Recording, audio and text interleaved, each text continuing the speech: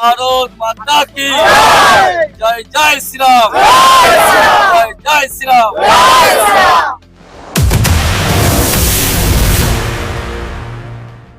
নমস্কার, আমি রমেশ নস্কর, বিষ্ণুপুর বিধানসভা ৫ নম্বর মণ্ডলের সভাপতি। আমার দায়িত্ব ৬৮ ছটা ৬৮ দায়িত্ব দেখি।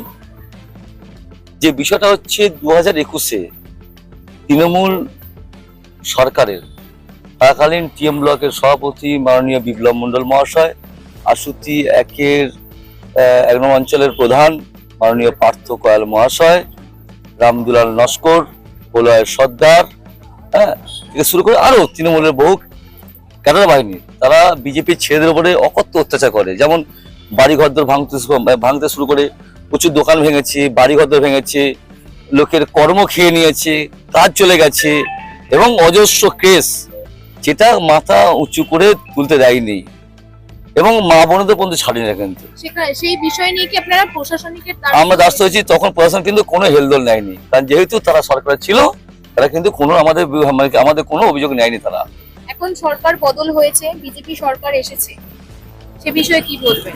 এখন সরকার বদল হয়েছে, যেহেতু আমাদের যশস্বী প্রধানমন্ত্রী মাননীয় নরেন্দ্র মোদী এবং আমাদের রাজ্যের বর্তমান মুখ্যমন্ত্রী শুভেন্দু অধিকারীর যে আদেশ এবং নির্দেশ, সেটা আমরা পালন করছি। কারণ আমাদের একটাই বলা আছে যে আমাদের ভারতীয় জনতা পার্টি একটা শৃঙ্খলাবদ্ধ দল, যে দলটা কোনো উচ্ছৃঙ্খল নেই, যে দলটার মধ্যে আমরা কোনো যে এমন কিছু করবো না যাতে সাধারণ মানুষ তারা সমস্যা না পড়ে, এবং সাধারণ মানুষই এই দলটাকে আজকের আশীর্বাদ করে দলটা ক্ষমতায় এনেছে। দিকে দিকে দেখা যাচ্ছে যে বিভিন্ন কাউন্সিলর, বিশেষ করে তৃণমূলের কাউন্সিলর, বিভিন্ন বিধায়ক থেকে সাংসদ থেকে সকলের ফাইল রিওপেন হচ্ছে বিভিন্ন বিষয়, এবং আরজিকর কাণ্ডেরও বেশ কিছু তদন্ত আবার রিওপেন হয়েছে ফাইল।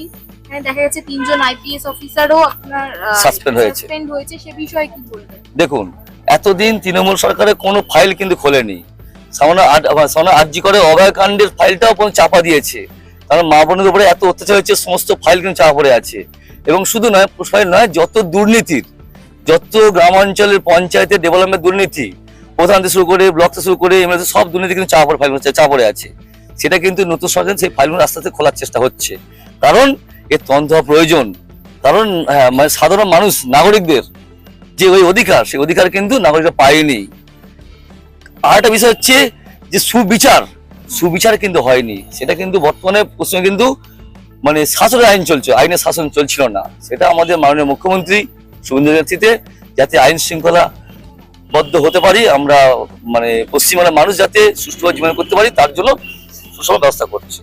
এদিকে দেখছি যে বেআইনি নির্মাণ যেগুলো ছিল পশ্চিমবঙ্গে বা কলকাতার বুকে, সেগুলো বুলডোজার চালিয়ে ভেঙে দেওয়া হচ্ছে।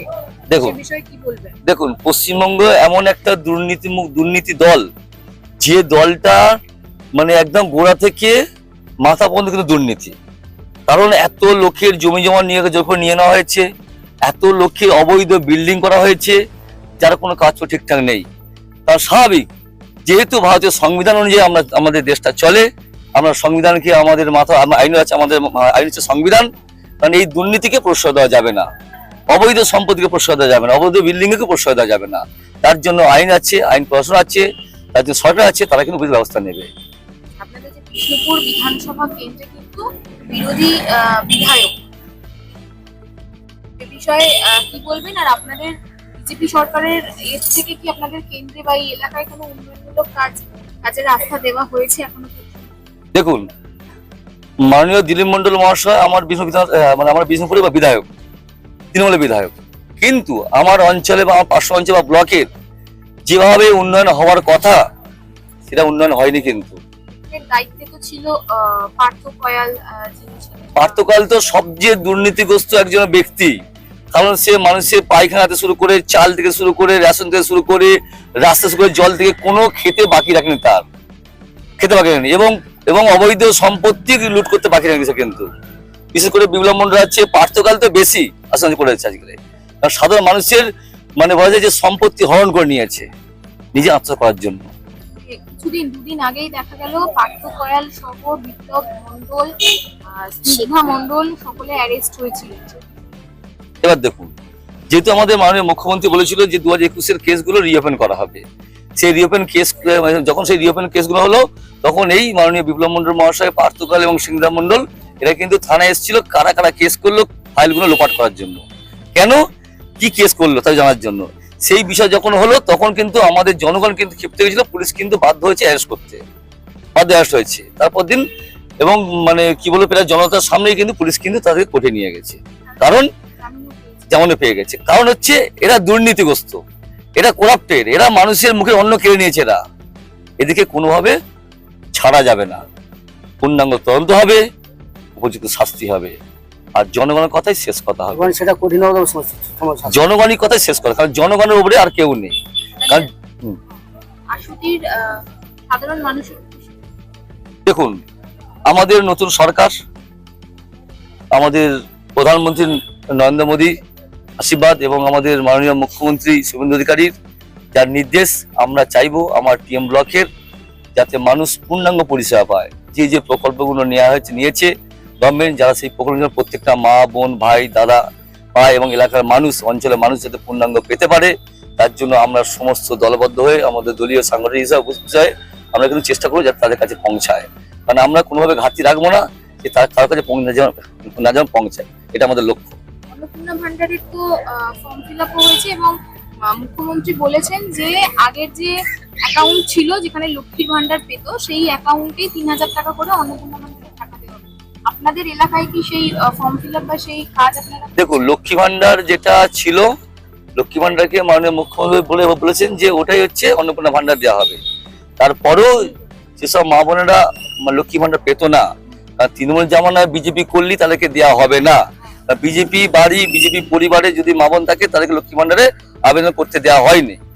এখন আমাদের উদ্যোগে আমরা সবাই মিলে উদ্যোগ নিয়েছি, আমরা সেই সব বাড়িগুলো অনলাইন লক্ষ্মী ভান্ডার করে দেবো, কারণ তারা যেন মা বোনরা পরিষেবাটা পায়। প্রতি অঞ্চলের 68 নম্বর অঞ্চলে যে কেন্দ্রীয় যে প্রকল্প, জল প্রকল্প, কেন্দ্র সরকার রাস্তা, দিল্লি থেকে অবজারভার এসেছিলেন, তারা রাস্তা তার সঙ্গে কথা বলেছি, যেহেতু এটা সেন্ট্রাল প্রকল্প রাস্তা, এই রাস্তা তার যে যথাযথ চড়া বা লম্বা হওয়ার কথা সেটা কিন্তু আগের পঞ্চায়েত প্রধান কিন্তু উদ্যোগ নেয়নি বা টিএম ব্লক থেকে করেনি। কিন্তু আমরা তার সঙ্গে কথা বলছি, তারা আমাদেরকে একটা আশ্বাস দিয়েছে। এবং জল, যে জলটা প্রতি বাড়ি প্রতি ঘরে জল প্রকল্প, যেটা মাননীয় নরেন্দ্র মোদীর স্বপ্ন একটা, সে জল কিন্তু এখনো কিন্তু অধরা। আজকে প্রতিটা ঘরে জল কেন কল পর্যন্ত পৌঁছায়নি। আমরা আজকে সারাদিন ধরে আমরা প্রতিদিন আমাদের যারা জল পেমেন্টের কার্যকর্তার সঙ্গে আমরা জয় করছি, তারা আসছে, কিভাবে জল যাবে আমরা কিন্তু উদ্যোগ নিচ্ছি। এবং সবাই মিলে আমার দিদিরা আছে, সবাই কিন্তু আমরা কিন্তু ফিল্ডে লেবে কিন্তু আমরা শেষে যাতে বাড়িতে জল পৌঁছায়, কারণ মোদীজির স্বপ্ন আমরা পূর্ণাঙ্গ করব, এটা আমাদের লক্ষ্য। আমরা হচ্ছে রমেশ নস্কর, আমি এই মানে আমি বিষ্ণু বিধানসভার পার্লামেন্ট মন্ডলের সভাপতি। माता की भारत माता की जय जय श्री राम जय जय श्री राम।